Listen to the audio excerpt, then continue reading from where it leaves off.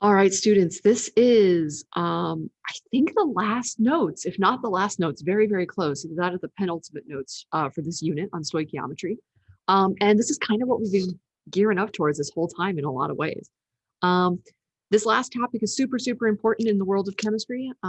It's a little, a little funny to think about it can be a little challenging to conceptualize, but once you get it, it makes perfect sense. And I think it's actually kind of applicable to your life, at least some of the concepts. Um, so this is limiting and excess reactants. Now, before you take these notes, you need to have done this POGL. So this POGL, the whole point of it is to go through and explain what does this mean. So they like to use this kind of race car analogy. Um, and the idea is pretty straightforward in a lot of ways. If you're trying to make something, you can only make as many of that thing, like in this case, as many race cars as there are enough parts. So if you run out of wheels, you can't make any more race cars. If you have leftover engines, well, you've got leftover engines, but they can't make more cars. You're just going to have leftover engines lying around. So that's kind of the idea like behind this part. So this part would be a really good idea. So looking here, it looks like we have parts enough to make 3 race cars, 3 bodies to make race cars. We've got 1, 2, 3, 4, 5, 6, 7, 8, 9.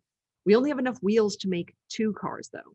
So when we make these cars, we're going to end up with 2 cars that should have all the completed parts. But we're going to end up with an extra body part and an extra wheel. So that's kind of what like limiting and excess reactants is all about. It's the same idea of having making as much as you possibly can, but having leftovers afterwards that don't quite make up a whole. So definitely check this out. There's a really big analogy with that within chemistry. It's the same basic principle. It's also very similar to like recipes. Like if you run out of butter to make cookies, you can't make any more cookies until you buy more butter, or you're going to have some leftovers. This diagram in here kind of gives you the same idea, right? So you can only make as much product as you have reactants to do it. So that is the whole concept of limiting and excess reactants. So let's like dive into an example and we'll check out what that means. So here we go. All right, like I just said before, a limiting reactant is the one that is used up completely in a reaction. And the excess is something that is left over and not used up completely, just because there's not enough of the other reactant. So in every reaction, if there's 2 reactants or there's 3 reactants, it doesn't actually matter, or even if there's only 1 reactant, there's always going to be a limiting and there might be 1 or more excess. So when we're doing problems like this, that's what we're trying to figure out. What is the limiting and what is the excess? When it comes to these kinds of problems, there's lots of ways to solve them. And I sort of base how I solve it upon what the question is asking. So we're going to go through the whole back page using this problem. So I want to look at the whole problem to help me decide what I need to do. Every time you do these, you just kind of have to practice them a lot. And once you get the idea, it just kind of makes sense. Up until then, it can be a little tricky, but I'm here to help you all the time. So here's the scenario. Excuse me. We're using the same reaction as we did on the other side. That way, all these notes are very consistent.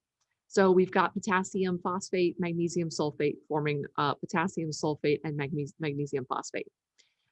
So in this particular situation, we have 12 grams of potassium phosphate and 14 grams of magnesium sulfate that are combining. And we want to figure out which one is the limiting and which one is the excess reactant. So that's kind of our goal here. We are also going to try to figure out the theoretical yield, and we're also going to try to figure out the percent yield of magnesium phosphate. We're not going to get to I'll kind of explain it as we go, but just knowing that we need percent yield means at some point I need to figure out grams of magnesium phosphate. So, okay, that's kind of interesting. That's probably something I should consider, but all right, let's go ahead and do this. Okay, so, excuse me. All right, in order to solve this, we are going to need to convert these grams into moles. The reason that we need to do that is because we have to compare the chemical reaction over here. All of these ratios are in moles. So in grams, we can't really directly compare. We can't necessarily say that potassium phosphate is the limiting and magnesium sulfate is the excess, just because there's fewer grams of potassium phosphate. We actually need to know how many moles of potassium phosphate there are. Then we might be able to figure that out.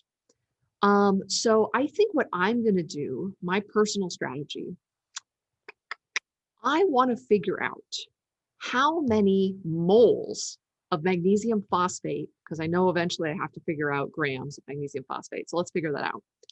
How many moles of magnesium phosphate would I be able to make from 12.3 grams of potassium phosphate if I had unlimited amounts of magnesium sulfate? And then I'm going to do the same thing for the 14 grams of magnesium sulfate. So in the car, the building a car analogy, or building a race car, a toy race car, I want to figure out like how many race cars I can make with the given number of bodies, race car bodies or engines, race car engines, versus how many I can make versus the number of wheels we have. So that's kind of the analogy. We can think of this as like how many pancakes can we make with 30 eggs? How many pancakes can we make with 10 cups of flour? And whichever one is the lower amount, that's how much we can make. And we're going to have some left over. So let's figure that out. So to do this, I'm going to do some skeletons. So I've got 12 grams of potassium phosphate. I need to convert it to moles of magnesium phosphate. Before I do this, I do want to let you know this is not the only way to do it. Any way that seems logical to you and that you can explain is totally fine. In the end, we're going to end up with the correct. There's, if you do it correctly, there's multiple ways to solve these problems. So by no means think that this is the only way. I just find that it usually, this way, sometimes it's a little bit of extra work, but it's usually worth it in the end. There is another option, which is you just convert grams of potassium phosphate into grams of magnesium sulfate, and you can compare. That's one option, or vice versa. That also works. It's only one calculation, but it ends up being really similar. So I think at some point you have to just do a bunch you have to do at least one skeleton, and it's going to involve molar mass, and it's going to involve a molar ratio. So we may as well just go ahead and do it. Okay, so 12.3 grams of potassium phosphate. It's a good place to start. And let's convert that into, again, moles of magnesium phosphate. I think I have the molar mass written down on the back. K3PO4, can I put that here? Yes, it's right here. So K3PO4, yeah, K3PO4 is 212.27 grams per mole.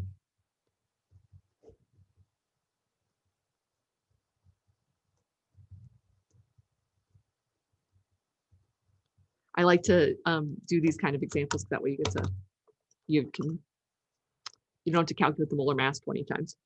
Okay, so in this case, our grams of potassium phosphate have now canceled out. We're in moles of potassium phosphate. Now let's switch that into moles of magnesium phosphate, our product. Let's see how many moles we could produce. We may have to convert this to grams later, but for now, moles is good enough. There's no reason to convert. That's just an extra step, although we could. Okay, so for every 2 moles of potassium phosphate, we can produce 1 mole of magnesium phosphate. All right, so here we go. These moles will cancel out, and now we just need to do a little bit of math. And let's get a number.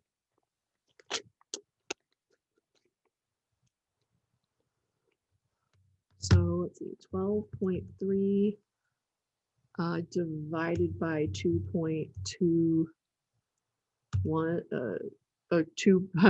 212.27. I'm not like always great at saying numbers, but I can usually enter them correctly in a calculator.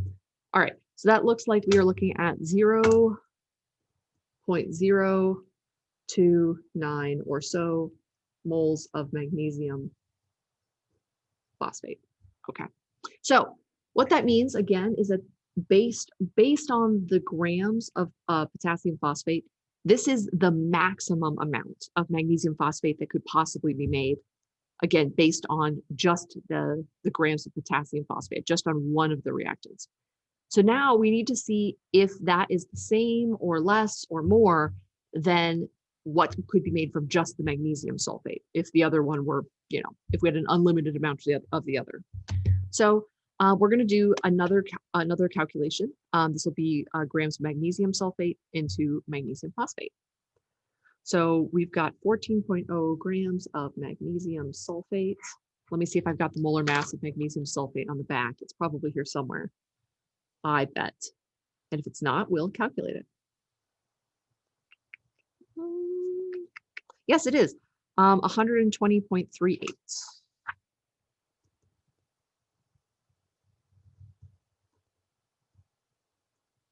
It's always nice to think about these things.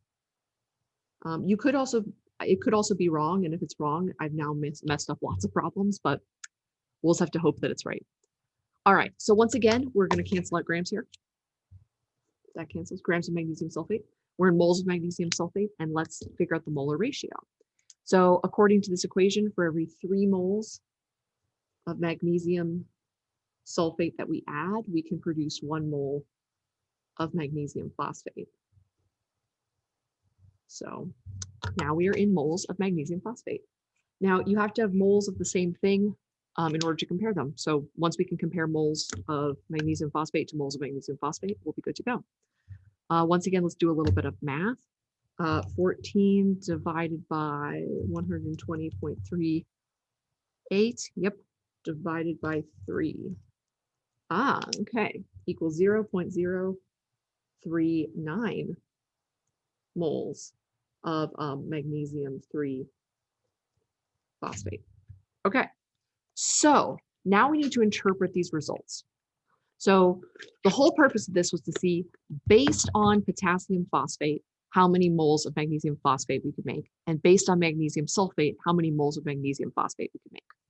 So according to our calculations, if we had unlimited amounts of potassium phosphate and we just had a limited amount of magnesium sulfate, we could make 0.39 moles of magnesium phosphate. But according to these numbers, if you have 12.3 grams of potassium phosphate, you can only make 0.29 moles. So what this means is that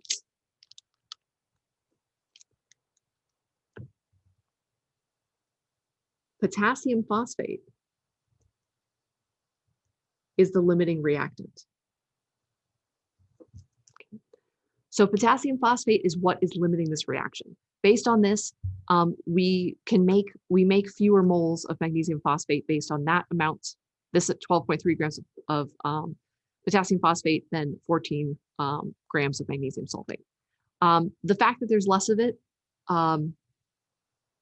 that's not always the case, but in this particular case it is. But the actual grams are different. The moles are also very different. So what this means is then that magnesium sulfate, in this particular case, is the excess reactant. So whichever one is not the limiting is the excess. So potassium phosphate is our limiting reactant and magnesium sulfate is the excess reactant, meaning when this reaction is finished, there will still be magnesium sulfate left over. This number here is our theoretical yield.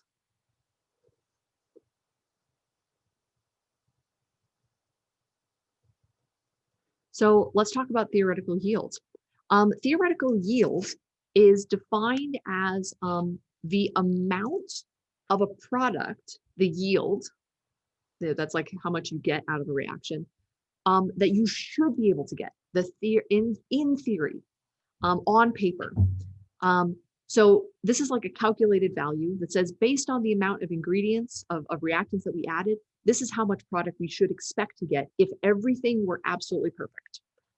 So that's what this means. In reality, if you're actually doing a lab, it's not perfect. You're never going to get 100%. There's always going to be some sort of issue with your yield. But this is the number that your target is. This is what should be possible. So theoretical yield, right now it's in moles. That's fine. That's a totally reasonable answer.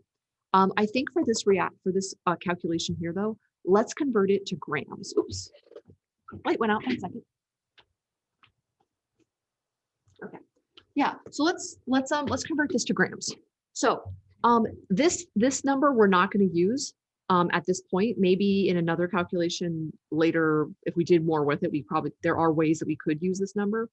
But for right now, we're not going to. Let's figure out the yield. So we're going to take this number and we're going to drag it down here. This is the 2,9, I'm sorry, not the 3,9, 2,9 moles of magnesium phosphate. Now we just need to convert it to grams. It's better to have it in grams because that's what you would actually get in an experiment. Let me just check something here. Let's see if we have that one written down anywhere.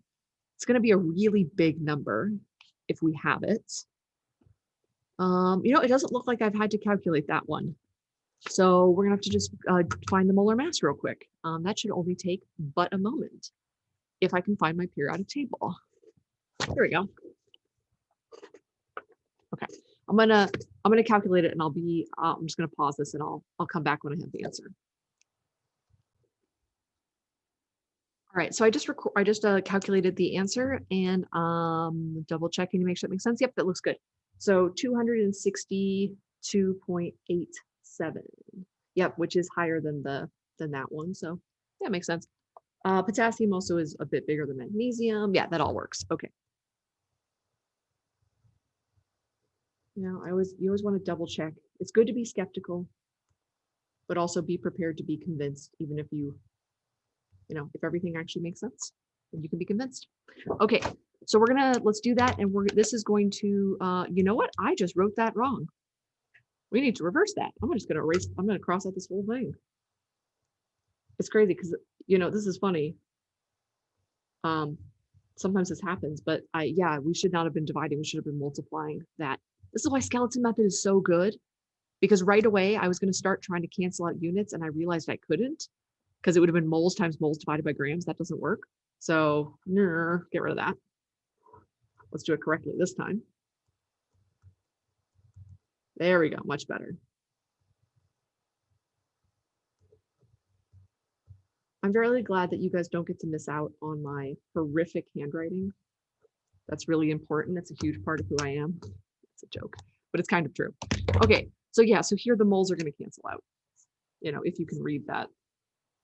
262.87. 262.87 times 0.29, or 0.029, I'm sorry. I wrote it in my calculator correctly though, so don't worry. That's going to be 7.62 grams of magnesium 3 phosphate, which is, kind of makes sense. It's less than the limiting reactant. It has a bigger molar mass, and it's about half, 2-to-1 ratio. Yeah, that number seems really reasonable to me. So this actually right here is our theoretical. So if we did this experiment and we did exactly as written here, this is the amount of magnesium phosphate we should expect to collect. So that would be kind of our target number. In reality, it never really works out that way. So in reality, it's always going to be less or more. So if I actually did this experiment,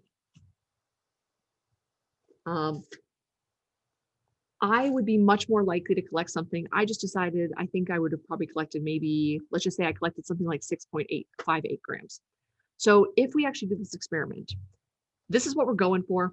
We're not going to get that. There's a couple reasons why. It's all about lab error. It can be experimental design error, and it can be human error. Those are two different types. We'll go more into that in more detail later, but the general gist here is if you have too much, if this number were bigger than that number, it's probably because of contamination. It could be water, it could be other stuff, just something got contaminated. If it's less like this, it probably just means we lost some of the magnesium phosphate along the way.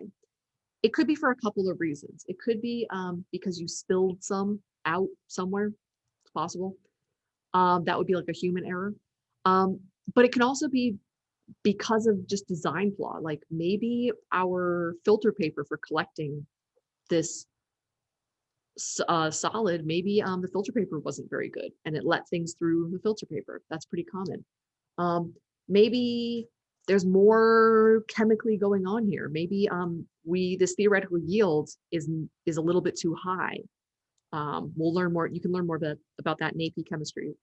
Maybe the KSP, the solubility product constant of magnesium phosphate isn't a very small number. Maybe it's a bit bigger than you expected, and there's some magnesium phosphate that's just kind of floating around dissolved. Who knows? Doesn't really matter. Either way, we can calculate how well we did. Percent yield is telling you how close was your actual experimental number, actual experimental yield, how much you actually collected in a lab. How close was it to the theoretical yield? We have this equation right here that will help us do that. So if we do this experiment and we collect 6.58 grams, we can calculate the percent of what we were supposed to collect, which was 7.62 grams. So the way that you do this is you just follow this experiment. It's experimental yield, which is whatever you actually got, the actual number from the experiment, divided by theoretical, which is what you calculate. This is what you should have gotten if everything was absolutely perfect and all this math made perfect sense and, you know, everything, we lived in like a computer simulation world, not the real world. And then you multiply that by 100%. So in this particular case, we're going to take 6.58 grams divided by 7.62 grams, multiply it by 100%. So I'll show you how I do that. So 6.58 divided by, I'm just going to use second answer because, oops, which is that 7.62 number. That's what that means. So that's 86%. So you just take this number and you just multiply it by 100. And that's percentage. I think you guys kind of know that. So it's going to be 86 let's just say 32%. If we want to put some decimal points. So we got this experiment would have been not bad. 86% is actually not terrible. So it means we collected most of what we should have and some stuff got left behind somehow. And we could do a whole analysis to figure that out. Okay, so that was an example of all of that. I was going to ask if you have any questions, but you're not here, so I can't really do that. The answer is probably you have a lot, but let's take a look at your unit packet and we'll see if we can figure out some problems to work on. So this is pretty much the end of the unit. Oh, we've got one more video on, nope, I'm thinking of the wrong thing. No, we're totally good. This is it. Limiting reactants. Unless I'm totally mistaken, I'm pretty sure that's it. Yeah, sorry. I'm in the middle of a different unit recording this. It's getting my brain all wonkied. Okay, so here's the unit packet. At this point, you should have already gotten through page 6. Page 7 is on theoretical, actual, and percent yield. These problems don't require limiting reactants. It's just these two parts. So it's really just identifying the theoretical yield. So for example, in this problem, I began this reaction with 20 grams of lithium hydroxide. What is my theoretical yield of lithium chloride? This is going to just be a stoichiometry problem, gram to gram, from lithium hydroxide to lithium chloride. So in this case, your theoretical yield, it's just like the results of any of these calculations.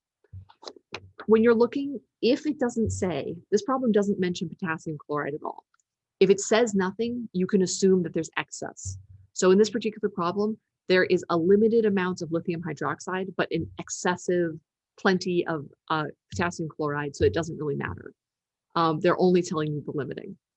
And they're asking you about the product, lithium chloride. If it's a limiting reactant, it will be very obvious because they will tell you the exact amount of all of the reactants. So this one, you're just going to have to solve to figure out how much lithium chloride you would expect in grams. And then the actual here, this is going to be your percent yield. So that's the 6 grams divided by whatever, however many grams you calculate times 100%. Okay. Yeah, we'll try something else and we'll move forward. So that's what all of these are like. And actually page 8 as well is just more practice of that. Page 9 and page, oh my gosh, there's a lot of practice for this, but it's hard. 9, 10, 11, 12, 13, and page 14. All the rest of the pages are all limiting reactant, and they all say so at the top. So that's very good. Okay, so yeah, let's do this problem. I'm going to show you a different way of doing it. This particular problem is about iron chloride and oxygen. So the first thing that we need to do is balance the chemical equation because it says so right there. So let's do that. Let me see what we got here. I believe it's going to be a 2 there and a 3 there. So it's 6, 4, 6. Yeah, that looks about right. 4 irons, 12 chlorines, 12 chlorines, 6 oxygens. Yep, that looks good. Okay, so here's our balanced chemical equation. So in this case, we need to figure out how many moles of chlorine gas can be produced if 4 moles of iron chloride react with 4 moles of oxygen. So how many moles of chlorine gas? Okay, so in this particular problem, there's no grams. It's pretty cool. It's just moles. So this will be a little bit easier. So the big thing here is we need to get to moles of chlorine gas. That's our goal. So because we've been given 2 different starting pieces of information, we're going to need 2 skeletons. Kind of makes sense. So let's start with this one. So we've got 4 moles of FeCl3, and we need to convert this to moles of chlorine gas. So that's not too bad. We just need a molar ratio. So for every 4 moles of FeCl3, we're going to produce 6 moles of chlorine gas. So mental math here real quick, that's 4 to 4, so that's just going to be 6 moles of chlorine. Okay. Next one is if we have 4 moles of oxygen, let's convert that into moles of chlorine. So that's going to be for every 3 moles of oxygen, it's 6 moles of chlorine. And again, we can do some quick mental math. 6 divided by 3 is 2, so 2 times 4 is 8. 8 moles of chlorine. So based on the moles of or the amount of iron chloride, we could make 6 moles of chlorine gas. Based on the amount of oxygen, we could make 8 moles of chlorine gas. So that means the theoretical yield is going to be, oh, I should have done this all in red, I forgot. Oh well, whatever. The theoretical yield is going to be this.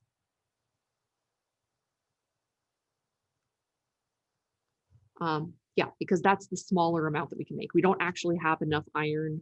We don't have enough iron chloride to make 8 moles of chlorine. We got plenty of oxygen though.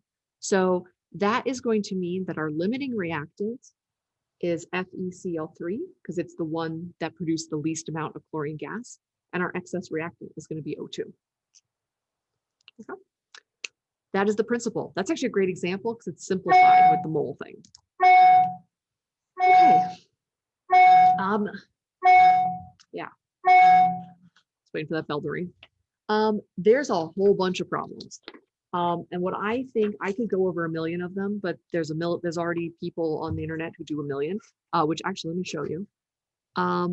We'll do some in class. This is going to take a little while to process. Hold on, just one moment. Got to get to my YouTube page. 1 second.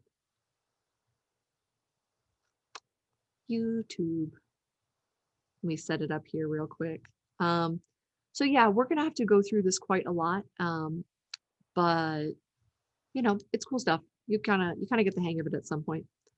Although it's sometimes it just takes a lot of review. My AP kids every year have to like review it because they forget. Okay. If you're on my YouTube channel, this is the YouTube channel. It has some videos in it. That's weird. Oh, deleted video. Like for example, it has all my notes so far. So, yeah. So here are 3 videos that are really useful. This is the introduction to limiting limiting reactant and excess reactant. So that one's really nice. The next one is a practice problem, and the one after that is a more advanced practice problem. So between these two, it's about 20, it's a little under half an hour to watch these 2 videos. But definitely worth considering doing, just to kind of see how another person explains it. I think he does a really nice job. If I can, oops, lights right again. One moment. I will look and I might be able to find some more examples, and we also will go over more of these in class. But I think that's a great place to stop for right now. And we're pretty much done with the unit of stoichiometry, and now it's just a time to practice and work on all of this. So I'll see you at the next set of videos for our next unit. Exciting.